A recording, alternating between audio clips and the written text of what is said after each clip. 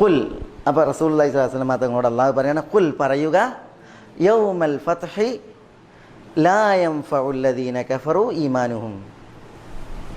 എന്നാണ് യൗമുൽ ഫത്ഹ് എന്ന് പറഞ്ഞു കൊടുക്കല്ല, പിന്നെയോ യൗമുൽ ഫത്ഹിൻ്റെ സവിശേഷത പറഞ്ഞു കൊടുക്കുകയാണ്.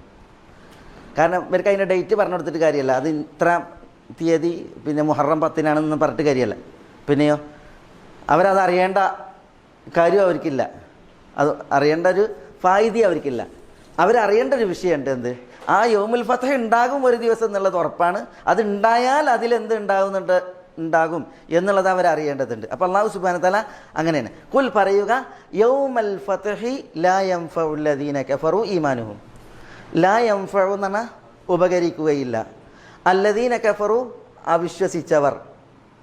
അപ്പോൾ ലാ യൻഫഉൽ ലദീന കഫറു അവിശ്വസിച്ചവർക്ക് ഉപകരിക്കുകയില്ല, ഈമാനുഹും അവരുടെ വിശ്വാസം. എന്ന് യൗമുൽ ഫത്ഹ്, ഫത്ഹിൻ്റെ ദിവസം.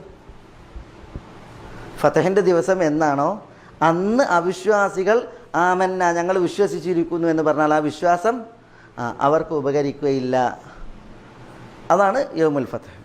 മാത്രമല്ല വലാഹും യുൻദറൂൻ, വാവ് ആതിഫിൻ്റെത്, ലാഹും യുൻദറൂൻ. എന്താ അംബറ യുൻദറൂൻ എന്ന് പറഞ്ഞാൽ കാലതാമസം നൽകുക,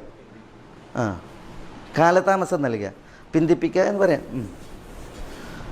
ഹും യുൻദറൂൻ അവർക്ക് കാലതാമസം നൽകപ്പെടും, ലാഹും യുൻദറൂൻ അവർക്ക് കാലതാമസം നൽകപ്പെടുകയും ഇല്ല, പിന്തിപ്പിക്കൂല എന്നർത്ഥം. അപ്പോൾ യൗമുൽ ഫത്ഹിൻ്റെ പ്രത്യേകതയാണ്, യൗമുൽ ഫത്ഹിൽ അവിശ്വാസികൾ ഈമാൻ ഉൾക്കൊണ്ടാൽ അവരുടെ ഈമാൻ അവർക്ക് ഉപകരിക്കില്ല.